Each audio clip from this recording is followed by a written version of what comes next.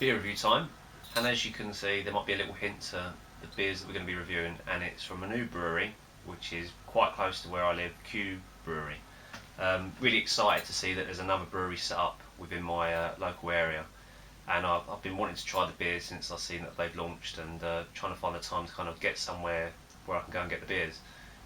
So following Kew Brewery on Twitter, I sent the brewery owner Dave a message, and he was going to be at Kew Market on a Sunday, and this was 2 weeks ago. I'm surprised I haven't drunk them sooner than that, because I got to have a few samples while I was down there, and I've held off trying to to save a review. I couldn't just neck them. I had to shout about them as well. But luckily they do t-shirts, which is my thing. I love t-shirts, and the one thing is a lot of breweries do t-shirts, but often, especially with the bigger breweries, the t-shirts are really kind of, they're not that great. They're kind of, the design, they make them look a bit cheesy and that, but the Kew Brewery's got a fantastic design already on their bottles, and on a t-shirt, exceptional. I love it.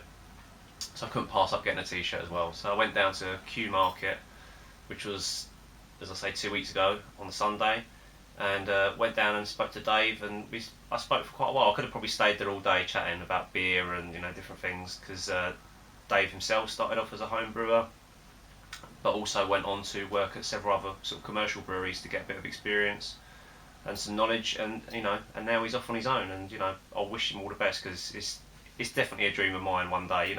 Maybe it'll come, maybe it won't, but I wish him every success. So without further ado, I'm going to crack one of the first beers, and it's going to be Botanic, and it is 3.8%, and it is an amber beer, sessional hoppy amber ale, malt hops in perfect harmony, and it's got Challenger, North Down, Goldings, and First Gold.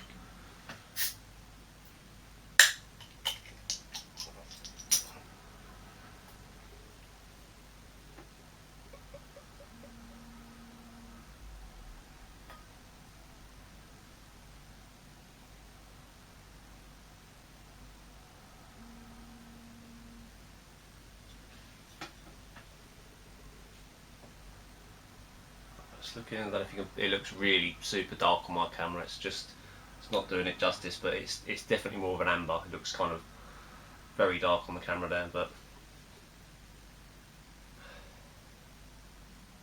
getting lots of kind of bready, biscuity notes on the nose.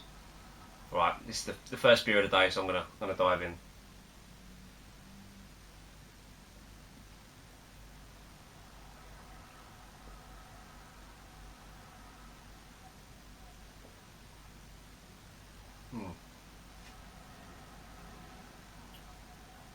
Lots of maltiness going on there. It's definitely quite a malty beer, but there's a very nice gentle bitterness, one that's kind of very unobtrusive, and the hops do it justice very well. Kind of a bit of quite a citrusy tang. I'm getting more kind of like little orange notes, I'd say. Nothing really punchy, but just enough to kind of give you a little taste to pair off with the maltiness.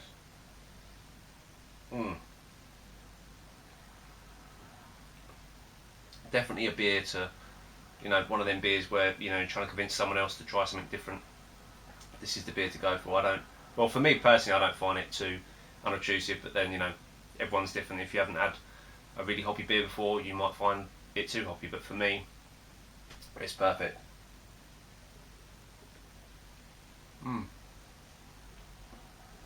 Exceptional. I've got another 3 beers to try. There's been a few others actually. I believe I've got a Sandy Comb Gold to try, Pagoda Pale, and a Chocolate Milk Stout, which has just won an award at, I think it was Ealing Beer Festival. So they're now an award-winning brewery, which is, cheers to them. And I believe they've just done, I can't remember the name of it, a red rye beer, I think, for the Rugby World Cup. So they're churning out the beers. So really exciting times ahead. So till the next one, cheers.